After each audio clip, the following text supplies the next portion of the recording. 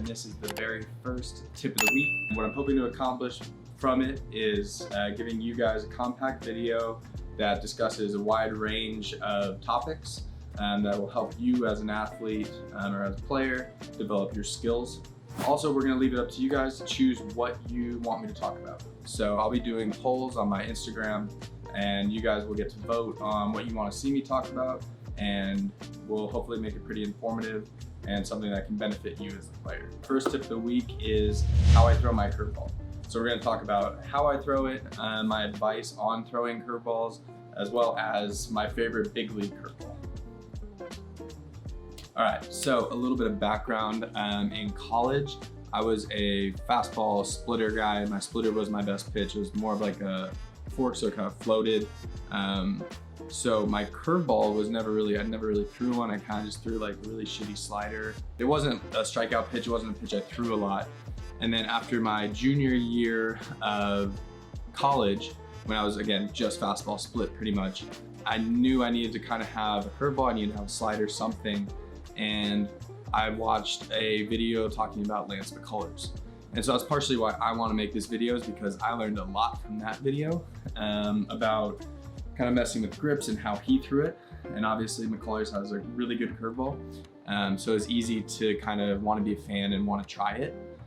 So hopefully today's video, you guys watch it and maybe you pick up a tip from this that helps you progress your curveball.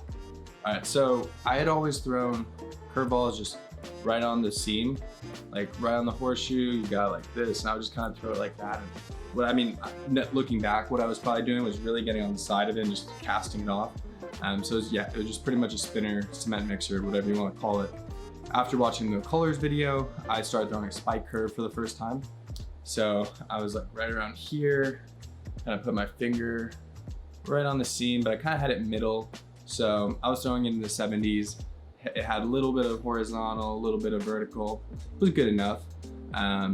Still wasn't a great pitch. I was still mostly splitter, fastball. Those were my out pitches. Fast forward, my curveball has, I get into pro ball, my curveball has become a much better pitch for me, especially since I work fastballs mostly up. So the curveball is bigger for me, trying to get it more of a top-bottom curveball instead of a side-to-side. So recently, I actually changed my grip this past year when I was up at Driveline. I was starting pitch design, and Carter Caps was working the floor and was very helpful on talking about how to actually throw it slightly different. So I'd always had space kind of between here and kind of like split it like this. And I'd had some issues with it like slipping out of my hand and feeling like I didn't have control of it. So what I ended up doing was he recommended almost rolling my finger so that it was further kind of on the baseball seam, almost on the edge of it. And then this finger, instead of having space between it, moving it over like that, kind of against my finger. And then messing around with the thumb is the big part about finding your placement. So for me, it helped me because I could move my thumb up so that the ball wasn't popping out. So that I was more of like pulling down on it and it wasn't falling out of my hand. I don't apply a lot of pressure with the pointer finger. So it's more of like a placeholder. It kind of just rests there. I'm not trying to like dig into it. And then my thumb, I throw with it kind of up on the seam. It also, I would recommend to you guys kind of moving it around, figure out where it feels comfortable for you. But that definitely works for me. So I kind of throw it from here. I don't have much space or any space between the baseball, but we can talk about that too. So what this pitch helped me do was it almost gave me a few different shapes. So you can pull and kind of have more room between it, and it's going to be a softer curveball. It's going to, if you can still get it to move right, it'll be a little bit slower versus I try to throw mine right about here, no space, and I throw it as hard as I can.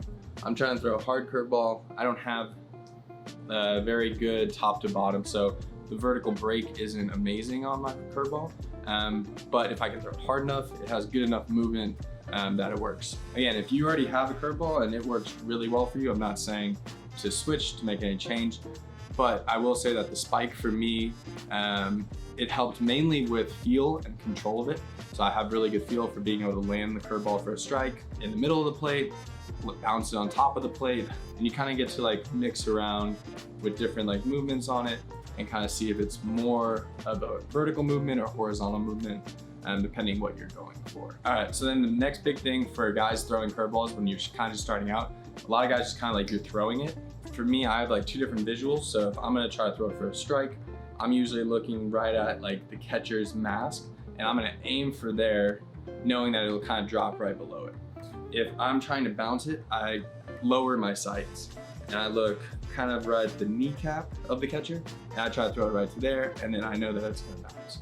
So it's kind of knowing how much movement your pitch has, so where you need to try to throw it to on a height perspective, so that you can get it to drop to where you want it to be. So that would be my advice for visuals. And then, I mean, as far as throwing it, I throw mine pretty much as hard as I can. I think early in the count, so it comes out a little bit softer, but it's still low 80s. I don't really try to flip it, because when I do that, I tend to lose the actual good action on it and it just kind of pops out of my hand. So for me, it works best to grip it, rip it, and kind of just let the action take care of itself. So my advice on the curveball is, the higher levels you get, you're gonna need to throw more off speed for strikes. If you can't land off speed for strikes, doesn't matter how good your fastball is, guys are gonna just sit on your fastball. And at the same time, if you have trouble sometimes with your command with the fastball, but you're able to land a lot of curveballs, you can work around it. That's kind of something that has benefited me in the past when I've had issues locating my fastball, is I can throw a lot of curveballs for strikes. So I think that if your curveball can be a high percentage strike pitch, and then you can also have it as a miss pitch, obviously that's plus plus. If you can only have one or the other, you kind of have to know.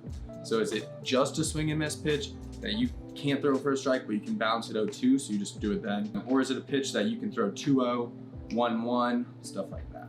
So that's kind of important on figuring out what type of curveball you have as far as getting people out. So one of the biggest keys on off speed that I think is kind of hard to almost like calculate is pretty much, does it look like a fastball out of your hand? And obviously, fastball is here, you're ripping it, my curveball is here, and I'm trying to throw just as hard, so that if my arm action can look like it's a fastball for like a split second, longer than most guys, that's gonna help me get more misses. Because better hitters, it's not so much that they can see curveball out of the hand, but they can see that it's not a fastball. So if they can see it's not a fastball, it's gonna help them either sit on off speed or wait and just hit the fastball. So that's kind of harder to calculate. That's more of talking to hitters you face, talking to the catcher, and trying to make it look like your fastball as long as possible. That's kind of when you'll actually get more misses and kind of fool guys, versus if they can see it out of the hand because it's like popping out, they're gonna either just sit on it and take it all, or if you leave one up, that's when they're gonna hit it hard. So my last piece of advice would be, a lot of people have probably been told your whole life, don't throw curveballs at the top of the zone or the middle of the plate. And I'm not saying that you should throw all of your curveballs there, but I am saying that there's strikes to steal with curveballs at the top of the zone. Guys don't want to swing at it, especially early in counts. If it looks up, they're going to give up on it. So if you have a hard enough breaker that you can start it up and the hitter just takes and it lands in the top of the zone, you're just going to steal strikes. And I think it also helps you to land it for more strikes throughout the count if you can kind of make the hitter uncomfortable and make him not know if it's going to be a strike or if it's going to be a ball. Because then you start to get chases on it, as well as you start to get chases on the fastball up. So that's a good way to kind of tunnel the curveball with the fastball. Even if you're not a guy who's mostly like up in the zone, there is still strikes that you can steal at the top of the zone. So mostly I would be more concerned with the shape of the pitch and like the intent behind it, rather than trying to kind of perfectly place it. I mean, my favorite curveball in the big leagues to watch is Glasnow. And obviously, I mean, it's just disgusting. It also, I love watching him pitch because he obviously is up fastball, down curveball. I mean, to be a 2-pitch guy as a starter and have a lot of success is really impressive and shows that his stuff is obviously super elite. But the reason I like his curveball is because, again, he can work it at the top of the zone, he can work it in the zone, and he can work it at the bottom for strikeouts. So when you can kind of show a guy that you can land strikes at the top of the zone or even middle, wherever, and you can place it for a strike, guys are gonna have to understand that you can throw your curveball for a strike, So then you can throw a 50-footer and you get guys to swing. So you're not gonna get a guy to really chase curveballs down unless you can show that you throw it for a strike. So Glasnow's my favorite curveball. His has a lot more vertical movement than mine does, but honestly, I mean, he also throws it pretty firm. And so for me, what I'm gonna be working on this off season is increasing velocity while holding the vertical break I'm getting on it and trying to not make it too much of a horizontal pitch. So if I can have that, that's kind of what I'm looking for. All right, so that is my curveball. If you want to see more tips of the week, don't forget to subscribe. And also I will be on Instagram and I'll be putting polls up about what topic I'm gonna cover next. So if you guys wanna have a decision in what you want me to talk about, make sure you vote and I will get that to you guys. So have a good one.